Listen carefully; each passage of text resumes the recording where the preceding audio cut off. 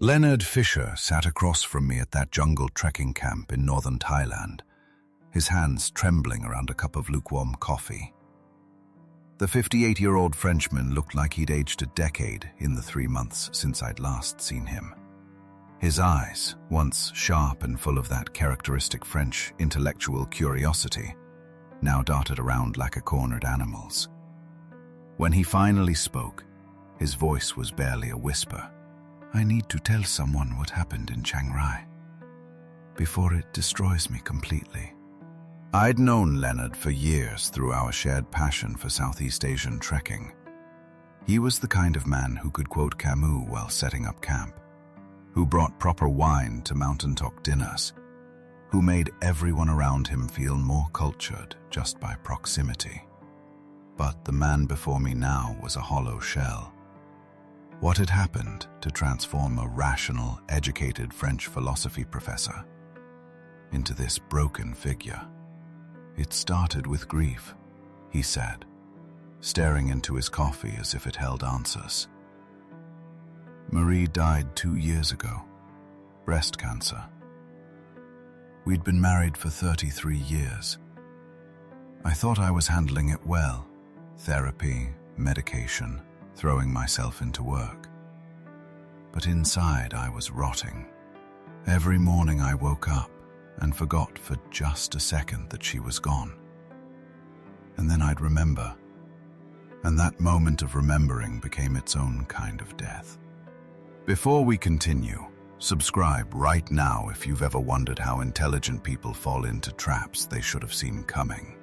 Because Leonard thought he was too smart, too educated, too worldly to be manipulated. And you're about to discover exactly why that confidence nearly cost him everything he had left. Leonard had decided, in that way that desperate people convince themselves is wisdom, that he needed to find himself again. Not through traditional therapy or grief counseling, but through what he called authentic spiritual exploration. He'd read about sacred sites in Southeast Asia, about ancient wisdom traditions that Western psychology couldn't touch. He'd heard about Bali, of course. Everyone hears about Bali. But he wanted something less commercialized, less Instagram curated. When a colleague mentioned a retreat center in Chiang Rai, in the mountains of northern Thailand, Leonard was intrigued. The website looked legitimate, he told me, scrolling through screenshots on his phone with shaking fingers. They quoted Rumi, Jung, Osho. They talked about healing through ancient practices, about reconnecting with the divine masculine, about transcending Western shame and rediscovering authentic sexuality as spiritual practice. It sounded intellectual, academic even, not like some cheap New Age scam. The retreat was called Temple of Sacred Union. Their brochure promised a 2-week intensive that would transform your relationship with intimacy, spirituality, and personal power. The cost was $3,000, which included accommodation in traditional Thai houses, organic vegetarian meals, and guidance from enlightened practitioners, trained in Tantric Buddhism and sacred sexuality traditions. To Leonard, grieving and lost and desperate for meaning, it sounded like salvation. He arrived in Chiang Rai on a Tuesday in March. The facility was tucked into the jungle, about 40 kilometers from the city, accessible only by a rough dirt road that wound through rubber plantations and hill tribe villages. The compound itself was beautiful, in that carefully curated way that makes Westerners feel they've discovered something authentic. Teak buildings with carved details, meditation platforms overlooking misty valleys, altars decorated with Buddha statues and fresh flowers. About 20 people were there for this particular session. Germans, Australians, Americans, British, and Leonard, the only Frenchman. Everyone seemed normal at first, Leonard said. A divorced lawyer from Sydney, a yoga instructor from California who just ended a 10-year relationship, a software engineer from Berlin dealing with burnout. We were all broken in our own ways, all looking for something we couldn't name. That's what made it so easy. The first 3 days were innocuous enough. Morning meditation at dawn, yoga classes, lectures about chakras and energy centers, discussions about how Western culture had created shame around sexuality, how indigenous cultures understood the sacred nature of intimate connection, how healing required breaking down the walls we'd built around our authentic selves. The teachers, there were 4 of them, 2 men and 2 women, all Thai, spoke in that particular spiritual vocabulary that sounds profound when you're vulnerable. Presence, alignment, divine masculine and feminine, ego dissolution. Leonard found himself relaxing. The setting was peaceful. The other participants were kind. The teachings felt deep, even if he didn't fully understand them. And then, on the 4th night, they introduced the concept of energy work. They called it conscious touch practice, Leonard explained, his voice tight. They said that Western people are touch-starved, that we need healing through physical connection, that there's nothing sexual about it. It's purely energetic. They paired us up, had us lie on mats, showed us how to place hands on each other's bodies to move blocked energy. It felt weird at first, but everyone else seemed comfortable. I didn't want to be the uptight one, you know, the one still trapped in Western shame. This is where the manipulation began, though Leonard wouldn't recognize it for weeks. The retreat had a structure, a carefully designed progression that moved participants from innocent spiritual seeking to something far darker. Each day pushed boundaries just a little further. Each evening's teachings normalized what would have seemed outrageous on day 1. And always, there was the language of enlightenment, of transcendence, of healing. On day 5, they introduced Sasiprapa. She was 32, strikingly beautiful, in that particular Thai way that makes Western men forget to think clearly. High cheekbones, long black hair, a smile that seemed to hold ancient secrets. But more than her physical appearance, Sasiprapa had presence. When she entered a room, people turned. When she spoke, even in her limited English, people listened.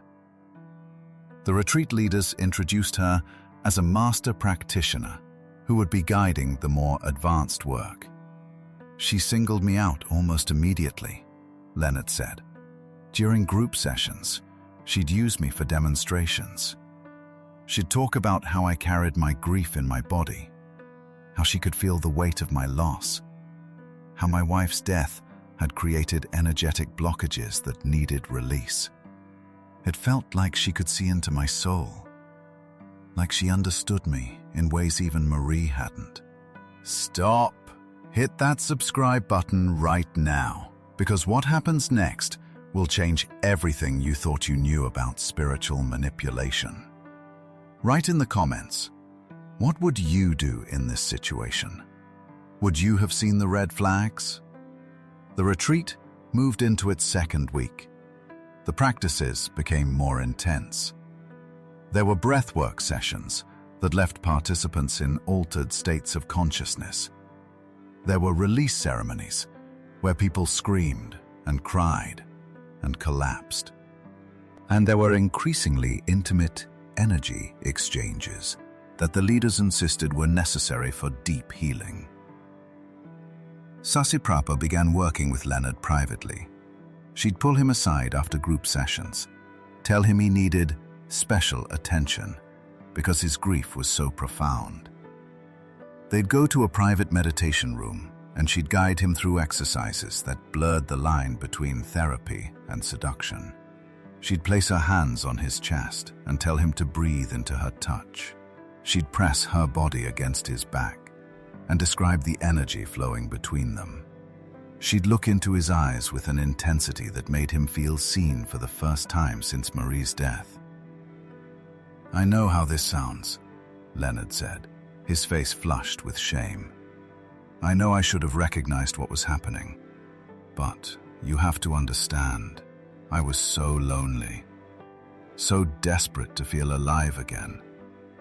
And they had this whole framework that made everything seem spiritual, not sexual.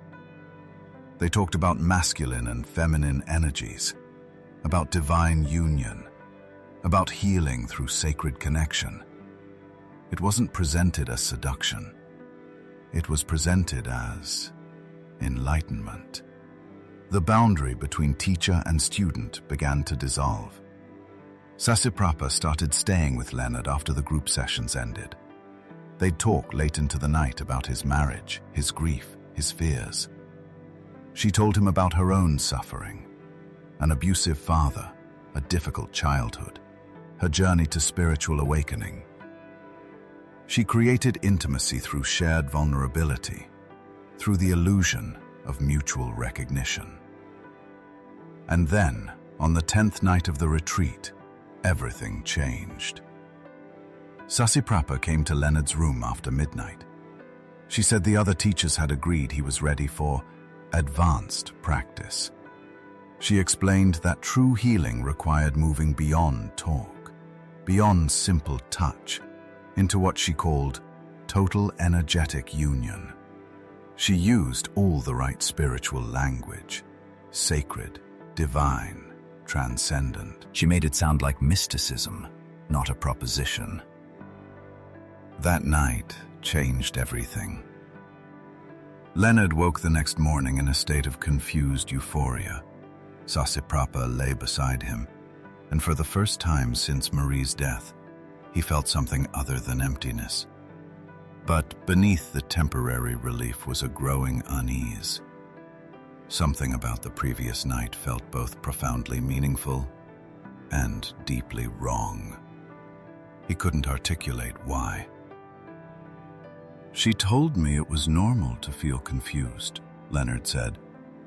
"She said Western conditioning made us afraid of sacred intimacy, that my discomfort was just my ego resisting transformation. She held my face in her hands and told me I was on the verge of a breakthrough, that I just needed to trust the process, trust her." Over the next 3 days, the relationship intensified. Sasiprapa spent every night in Leonard's room. They continued the advanced practices, which she insisted were not simply physical, but deeply spiritual. She began talking about their connection as something fated, cosmic, beyond ordinary understanding. She said their energies were aligned in a rare and powerful way. She hinted that perhaps their meeting was meant to be permanent. Leonard was falling, not just into physical intimacy, but into emotional dependency. After 2 years of grief and isolation, someone was seeing him, wanting him, making him feel alive. Every rational thought was drowned out by the intoxication of being desired. But on the 13th day, Leonard noticed something odd. During a group session, he saw Sasiprapa pull aside the divorced lawyer from Sydney. She touched his arm in that same meaningful way she'd touched Leonard's. She looked into his eyes with that same intensity. Later that evening, Leonard saw her leaving another participant's room, the software engineer from Berlin. She noticed Leonard watching and simply smiled, placing a finger to her lips. The spell began to crack. "I confronted her that night," Leonard said. "I asked if she was doing with others what she'd done with me. She didn't deny it. Instead, she looked at me with this expression of disappointed patience, like I was a child who'd failed to understand a simple lesson. She said, I was still trapped in possessive Western concepts of relationship. She said jealousy was ego. She said in sacred sexuality, there is no ownership, only energy exchange. She made me feel small and petty for questioning her. But Leonard couldn't shake his suspicions. He started watching more carefully. He noticed patterns he'd missed before. How Sasiprapa cycled through the male participants. How each one seemed to go through the same progression of attention and intimacy. How they all wore the same dazed expression of confused devotion. He realized with growing horror that he wasn't special. He was a mark. The retreat was scheduled to end in 2 days. Leonard began planning his departure. But on the morning of day 14, everything fell apart. Sasiprapa came to his room with 2 of the male teachers. Their friendly demeanor was gone, replaced with cold authority.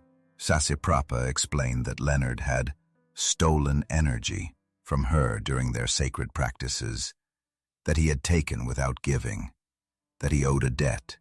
They said my aura was damaged, and that I damaged hers in return, Leonard said, his voice rising with disbelief even now, months later. They used all this mystical language about energetic theft, about karmic debt, about cosmic balance. And then, underneath all the spiritual terminology, they said I owed them money, $30,000. Leonard refused, of course. He told them it was absurd, that he was leaving immediately, that he'd report them to authorities. That's when Sasiprapa's expression changed entirely. The spiritual teacher vanished, replaced by something cold and calculating. She pulled out her phone and showed Leonard photographs. Intimate photographs. From those nights together. Photographs he never consented to, never knew were being taken. And videos. Videos that, if made public, would destroy what remained of his life. His career as a university professor, his relationship with his adult children, his reputation in his small French town. She told me very calmly that these would be sent to my university, to my children, to my wife's family, Leonard said, his voice breaking. She said they'd post them on websites, on social media, with descriptions of what I'd done. She made it sound so simple. Pay the money, or lose everything. Leonard was trapped in paradise, in a beautiful jungle retreat, surrounded by Buddha statues and prayer flags, being blackmailed by people who spoke of divine love and sacred healing. The cognitive dissonance was paralyzing. Pause right now and comment below. Have you spotted all the manipulation tactics yet? How many red flags did you count? Your awareness might save someone's life. He paid the first installment, $10,000, wired from his savings account. They told him he could pay the rest in monthly increments. They made him sign a document, written in broken English and Thai, acknowledging his energetic debt and his agreement to repay it. They told him he could leave now, but that he should tell no one about the advanced practices or face the consequences. Leonard left Chiang Rai the next morning, shell-shocked and ashamed. For 3 months, Leonard tried to pretend it hadn't happened. He returned to his teaching position in Lyon, went through the motions of his life, and dutifully made the monthly payments to a Thai bank account. But the shame was consuming him. He couldn't sleep. He couldn't focus. He felt dirty in a way that no amount of showering could fix. I kept thinking about how stupid I'd been, he told me. How I'd let myself be seduced by pretty words and spiritual nonsense. How I'd betrayed Marie's memory. How I'd been so desperate for connection that I'd walked right into an obvious trap. I felt like I deserved what happened. But something shifted when he received an email from an unknown address. The message was brief. You're not the only one. We need to talk. The email was from Marcus, the software engineer from Berlin who'd been at the retreat. Marcus had been through the same progression: the attention from Sasiprapa, the private sessions, the night that changed everything. And finally, the blackmail. He'd also paid, but unlike Leonard, he'd started investigating. Marcus was brilliant, Leonard said, a hint of admiration in his voice. He'd used his tech skills to trace the operation. He found at least 12 other victims from previous retreats over the past 3 years. All middle-aged Western men, all grieving or divorced or otherwise vulnerable. All seduced, recorded, and blackmailed. The amounts varied, but the pattern was identical. Marcus proposed organizing the victims to expose the operation together, safety in numbers. If they all came forward simultaneously, the shame would be distributed. The power of the blackmail material diminished. He'd already contacted a lawyer in Bangkok who specialized in transnational crime and had connections with Thai police. Leonard was terrified. Going public meant his children would know, his colleagues would know. The university would almost certainly terminate his position. But continuing to pay meant perpetual slavery to his blackmailers. And perhaps worse than either option was the knowledge that if he did nothing, the Temple of Sacred Union would continue operating, continue targeting vulnerable people, continue destroying lives. Subscribe to this channel before we continue, because what I'm about to reveal about Leonard's decision and what happened next will change how you think about courage, shame, and justice. Your comment might save someone from this exact trap. Write what you would do. Leonard joined Marcus's effort. Together with 8 other victims, men from Australia, Germany, Britain, and the United States, they compiled evidence. Chat logs, bank transfers, photographs of the retreat, screenshots of the website's promises versus the reality. Marcus had even managed to recover some of the blackmail photos through forensic recovery of deleted data. The lawyer presented their case to the Thai police in Chiang Rai. Initially, the authorities were dismissive. Spiritual retreat, they said, consenting adults. The implications were clear. Foreigners coming to Thailand for sex, then regretting it and calling it crime. But Marcus had one more piece of evidence that changed everything. He'd discovered that Sasiprapa was not working alone, or even as part of a small cult. She was an employee of a sophisticated criminal organization that operated multiple spiritual retreat operations across Southeast Asia, in Thailand, Bali, India, and Nepal. Each location targeted different demographics with tailored approaches. The Chiang Rai operation specialized in grieving middle-aged Western men.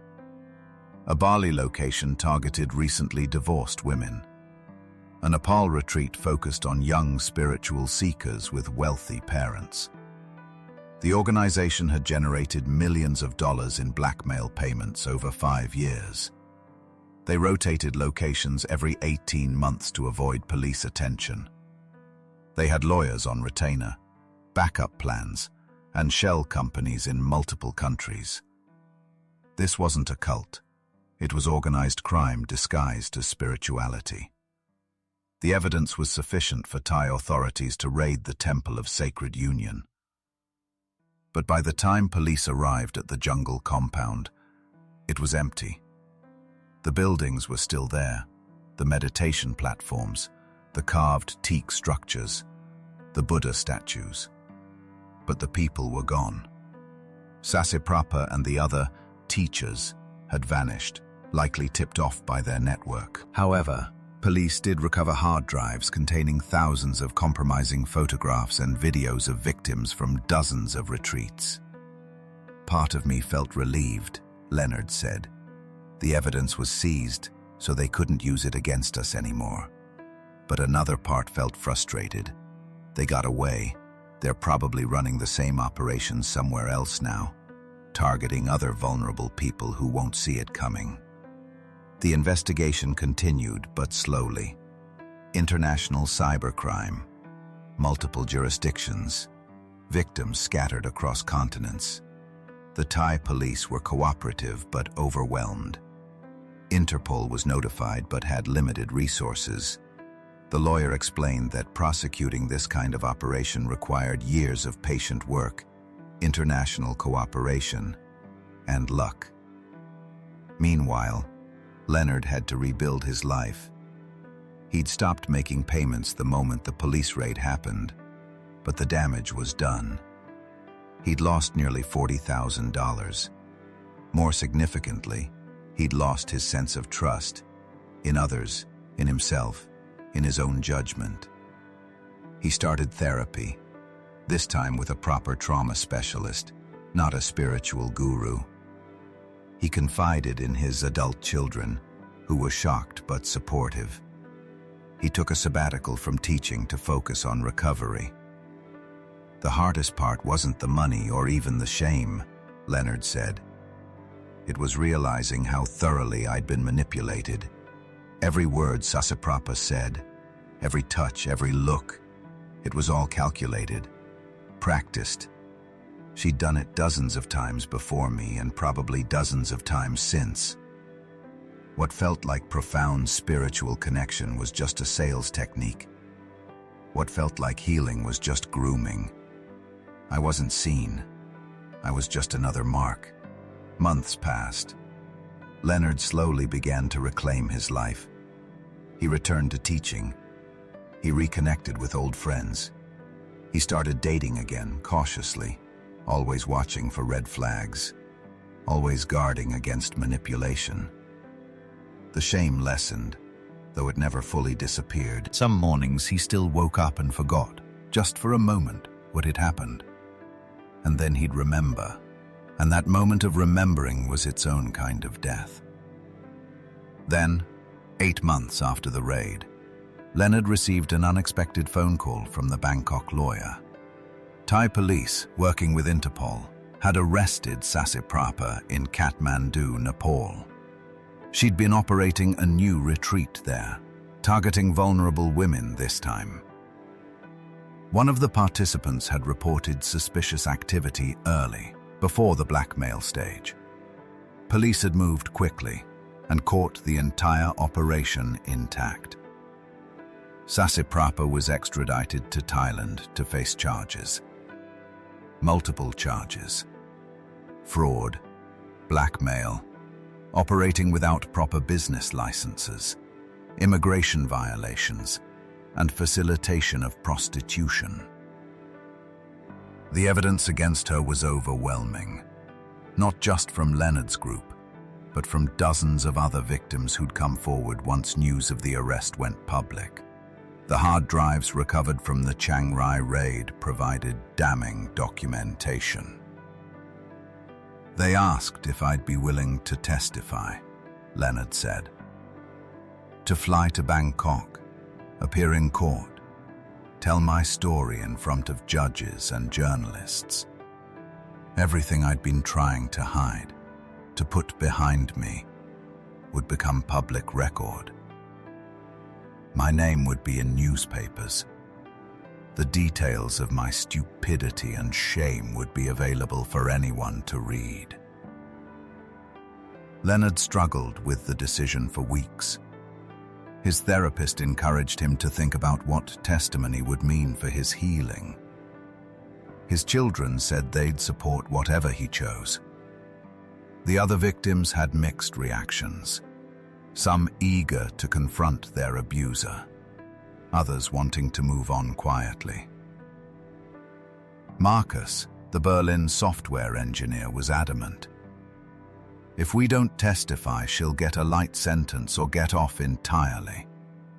And then she'll do it again. To someone else. Maybe to lots of someone else's. In the end, Leonard agreed to testify. The trial took place in a Bangkok courthouse on a sweltering day in November. Leonard sat in the witness box and told his story. The grief, the vulnerability, the seduction, the blackmail. He described the spiritual language that disguised predatory behavior. He explained how intelligent, educated people could fall into obvious traps when their defenses were down. He spoke directly to Sasiprapa, who sat in the defendant's chair with the same calm expression she'd worn at the retreat, and told her that she'd stolen more than money. She'd stolen trust, faith, the ability to believe in genuine connection. 6 other victims testified. Each story had variations, but the pattern was identical. Predatory targeting of vulnerable people, manufactured intimacy, blackmail, financial exploitation. The prosecution presented the hard drives, the bank records, the documented operation across multiple countries. The defense argued cultural misunderstanding, insisted everything was consensual, claimed Sasiprapa was just a teacher trying to help people heal. The judges didn't buy it. Sasiprapa was convicted on multiple charges and sentenced to 12 years in prison. 3 other teachers from the Chiang Rai operation received sentences ranging from 6 to 8 years. The Thai government revoked business licenses for several other questionable spiritual retreats operating in the region. The case received international media coverage, raising awareness about spiritual manipulation and romance scams targeting vulnerable people. But for Leonard, the most significant moment came after the sentencing. As he left the courthouse, a young woman approached him. She was crying. She explained that she'd been scheduled to attend a retreat at the Kathmandu location, the one where Sasiprapa was arrested. She'd seen news of the arrest, read about the operation, and realized what she'd almost walked into. She'd just ended a difficult relationship. She was grieving. She was vulnerable. She would have been the perfect target. "Thank you," she told Leonard, gripping his hands. "You saved me." That's when something shifted in Leonard. The shame didn't disappear. Shame rarely disappears completely. But it was joined by something else. Purpose. Meaning. The knowledge that his willingness to speak publicly about his manipulation had prevented at least one person from experiencing the same trauma. Leonard returned to France and to his teaching, but he also started speaking publicly about his experience. He gave talks at universities about spiritual manipulation. He wrote articles about the intersection of grief, vulnerability, and predatory behavior. He helped create resources for people evaluating spiritual retreats and teachers. He turned his trauma into education, his shame into prevention. "I'll never get back those months of my life," Leonard told me at that jungle camp, his hands steadier now, his voice stronger. "I'll never stop feeling stupid for falling into such an obvious trap. But if my story prevents even one person from making the same mistake, then maybe it wasn't entirely wasted. Maybe something good can come from something terrible." The criminal organization that ran the Temple of Sacred Union was largely dismantled, though law enforcement believes some members remain at large, possibly operating under new identities in different locations. The hard drives recovered by police helped identify and notify dozens of other victims, many of whom had been paying blackmail demands for years, believing they had no choice. Some chose to come forward publicly, others declined, preferring privacy, and their choice was respected. Marcus, the software engineer from Berlin, used his experience to develop an online database and verification system for spiritual retreat centers. It allows past participants to rate and review operations, with verification to prevent fake reviews. It's not perfect. Predators evolve, adapt, find new methods, but it's helped hundreds of people make more informed decisions about where to place their trust. As for Leonard, he eventually began dating again. He met a woman at a philosophy conference in Paris. a fellow professor, a widow, someone who understood grief without pretending to offer spiritual solutions. They took things slowly. He told her about Chiang Rai early in their relationship, before things got serious. Her response was simple. "Thank you for trusting me with that." Their relationship isn't perfect. Leonard still struggles with trust issues. He still has moments of shame when he remembers those weeks in the jungle. But he's learning that vulnerability doesn't have to mean victimhood. That being fooled doesn't make you a fool. That even intelligent people can be manipulated when circumstances align against them. "The thing I want people to understand," Leonard said, finishing his coffee, "is that these operations don't work by targeting stupid people. They work by targeting normal people during abnormal times. Grief, divorce, loss, crisis. These are the moments when our defenses are down, when we're desperate for connection, when spiritual language sounds like wisdom instead of manipulation. They don't need stupid victims. They need vulnerable ones. And everyone is vulnerable sometimes." Before we close, I need you to do 3 things. First, subscribe to this channel, not just for more stories, but because this information genuinely saves lives. Second, share this video with anyone who might benefit from Leonard's story, particularly anyone going through grief or major life transitions.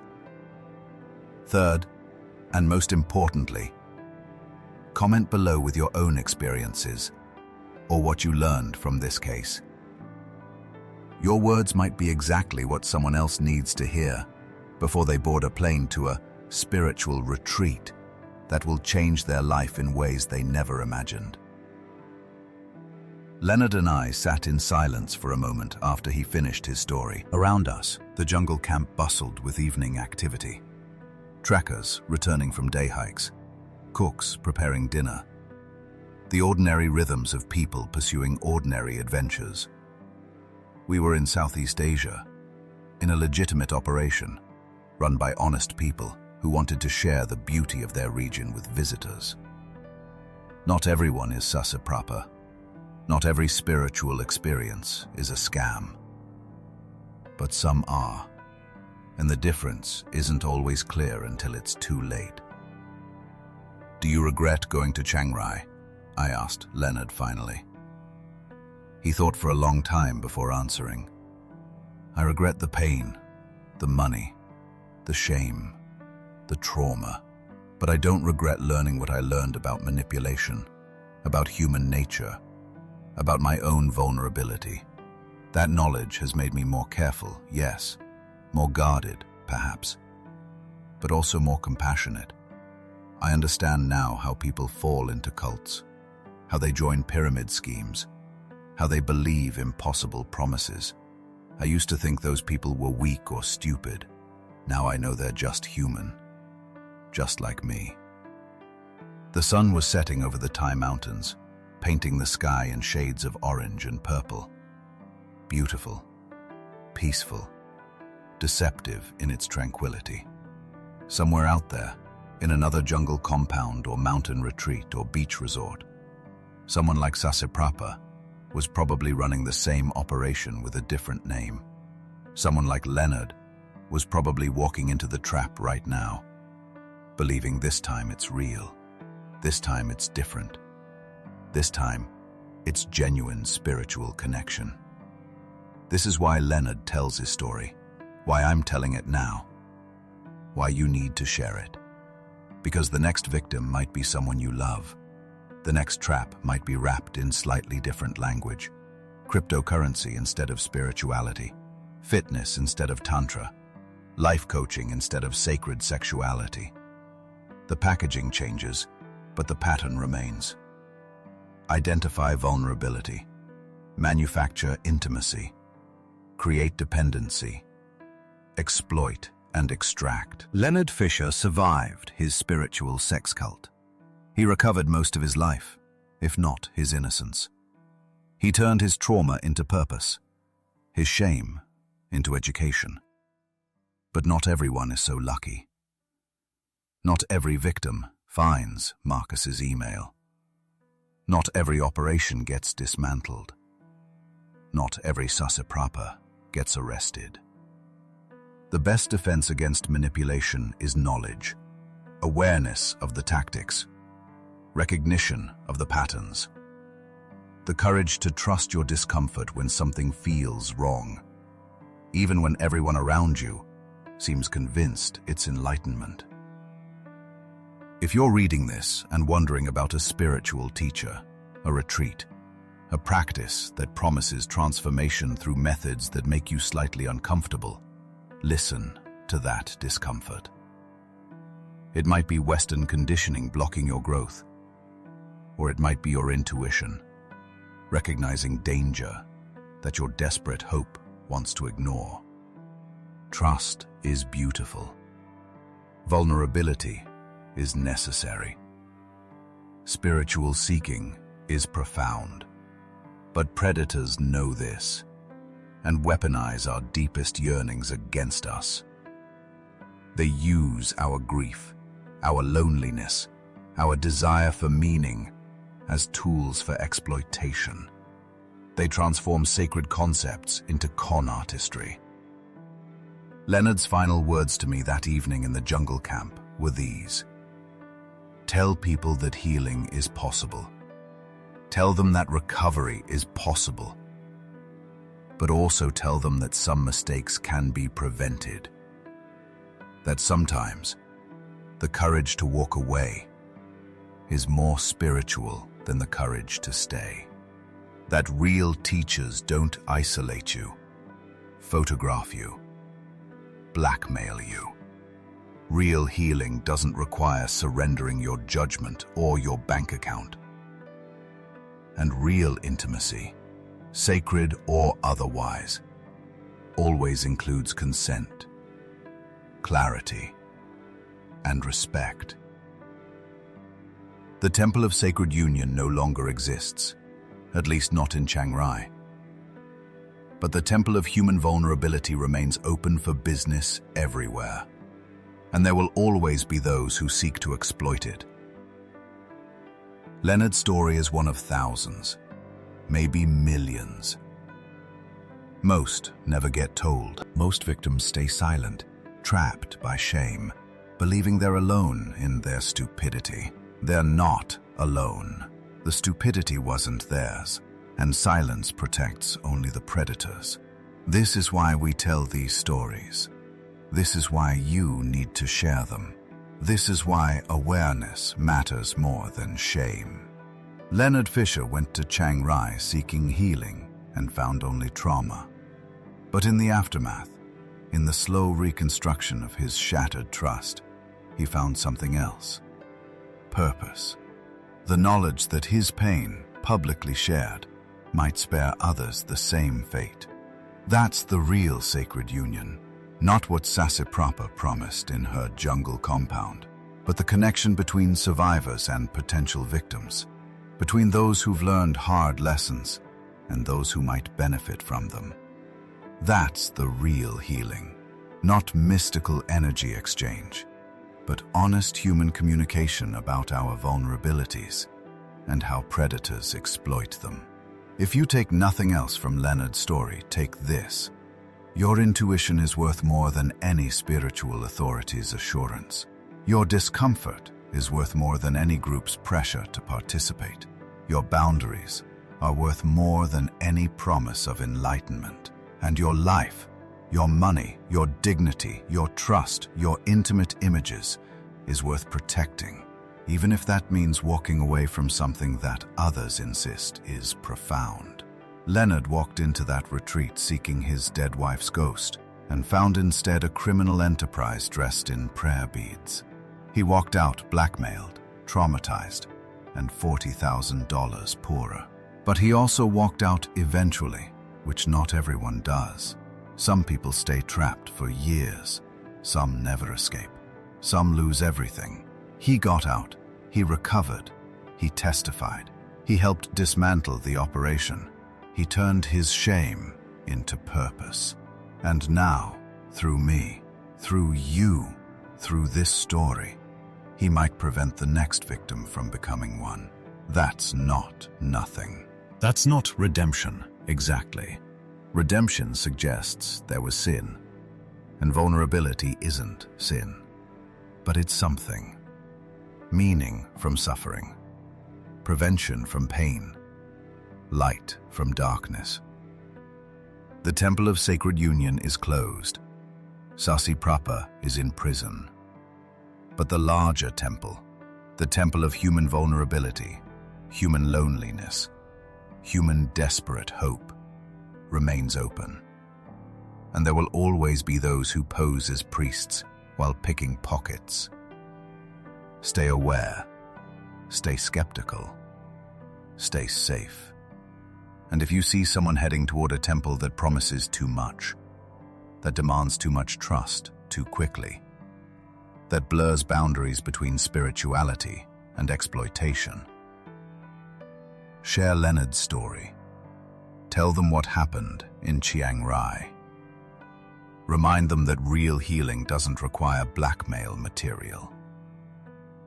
Because the next Leonard Fisher might be reading this right now. Suitcase packed, ticket booked, hope and grief tangled together in their chest. They might be one story away from changing their plans, one warning away from avoiding devastation. Be that warning. Share this story. Trust your discomfort. Protect your vulnerability. And remember that the most sacred practice is the one that respects your humanity, your boundaries, and your right to say no. Leonard Fisher learned this lesson the hardest way possible. You don't have to. Leonard Fisher sat across from me at that jungle trekking camp in northern Thailand, his hands trembling around a cup of lukewarm coffee. The 58-year-old Frenchman looked like he'd aged a decade in the 3 months